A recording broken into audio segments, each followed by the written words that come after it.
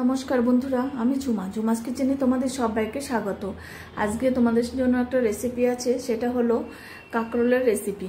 দেখো, এটা কিন্তু খুবই সুন্দর একটা রেসিপি। দেখো, তার জন্য কিছুটা কাঁকরোল নিয়েছি আর এখানে সর্ষে আর পোস্ত নিয়েছি। এবার কাঁকরোলগুলোকে আমি জলে ভিজিয়ে রেখেছি যাতে নোংরাগুলো চলে যায়।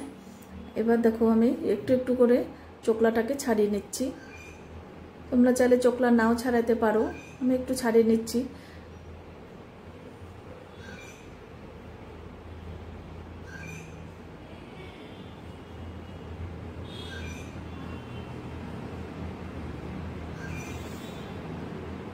এবার কাঁকরোলগুলোকে কেটে নেব, দুই সাইডটা কেটে ফেলে দিলাম। এবার দেখো, গোল গোল করে কেটে নেব। তোমরা চাইলে লম্বা লম্বা করেও কেটে নিতে পারো, কাটাটা তোমাদের নিজস্ব ব্যাপার।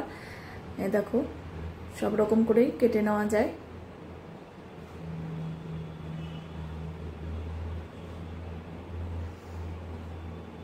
একটু মোটা মোটা করে এইভাবে সবগুলোকে কেটে নেব।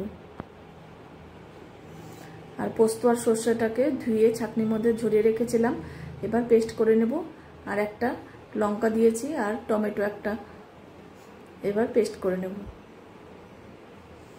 এবার কড়াইয়ে সর্ষের তেল গরম করে নিয়েছি, কাঁকরোলগুলো দিয়ে দিলাম। কাঁকরোলগুলোকে হালকা করে ভেজে নিতে হবে।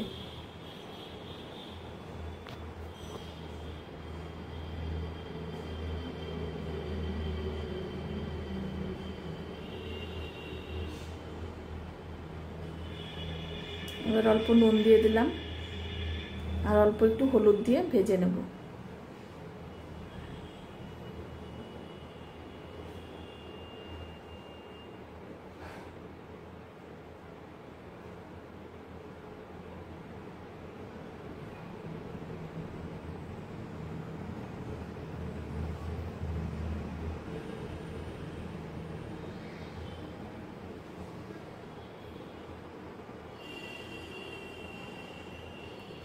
এবার নাড়াচাড়া করে একটু ঢেকে দেব। ঢেকে দিলে দেখবে খুব তাড়াতাড়ি সেদ্ধ হয়ে যায়। দেখো, দেখলেই বোঝা যাচ্ছে সেদ্ধ কিন্তু হয়ে গেছে। এবার নামিয়ে নেব।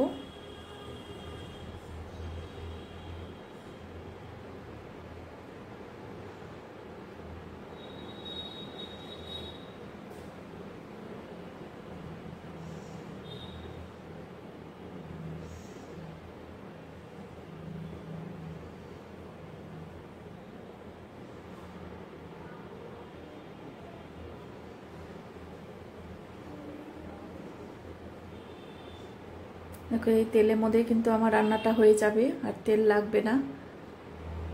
এবার অল্প কালো জিরে ফোড়ন দিলাম। সর্ষে আর পোস্তর সাথে দেখবে সবসময় কালো জিরা দিলে কিন্তু বেশি ভালো লাগে। এবার পোস্ত আর সর্ষে বাটাটা দিয়ে দিলাম। এবার হলুদ দিলাম হাফ চামচ। এবার একটু নুন দিলাম, যেহেতু আগে নুন দেওয়া ছিল সেজন্য অল্প দিলাম। এবার অল্প কষিয়ে নেব।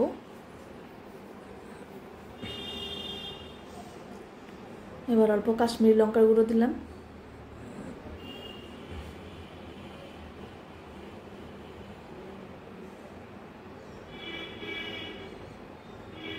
খুব বেশি কষাতে হবে না, তাহলে কিন্তু সর্ষে থেকে তেতো হয়ে যাবে। এবার আমি ওই কাঁকরোল ভাজাটা দিয়ে দিলাম। এই রান্নাটা কিন্তু খুবই সহজ, খুব তাড়াতাড়ি রান্নাটা হয়ে যায়। তোমরা একবার হলেও করে দেখবে, ভীষণ ভালো হবে। আর দুটো কাঁচা লঙ্কা দিলাম, আর চিনি মিষ্টি মিষ্টি হলে কিন্তু রান্নাটা টেস্ট হবে ভালো, সেজন্য একটা বাতাসা দিলাম। তোমরা চাইলে একটু চিনি দিয়ে নেবে। আর তোমরা যদি সুন্দর সুন্দর রেসিপি পেতে চাও তাহলে আমার এই ইউটিউব চ্যানেলে একটু সাবস্ক্রাইব করে রেখো, আর ফেসবুক থেকে দেখলে পেজটাকে ফলো করো। তাহলে আমি যখনই যা নিত্য নতুন ভিডিও ছাড়বো তোমাদের কাছে সঙ্গে সঙ্গে পৌঁছে যাবে। একটু জল দিয়ে দিলাম। জল দিয়ে আর একটু নেড়ে চেড়ে নেব।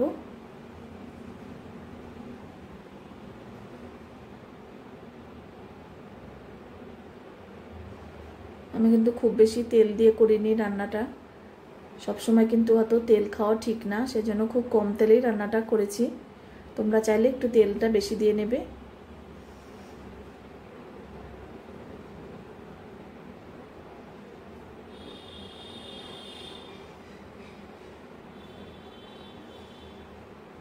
এবার কিন্তু হয়ে গেছে, আমি নামিয়ে নেব। এবার একটা প্লেটে আমি সার্ভ করে দিচ্ছি।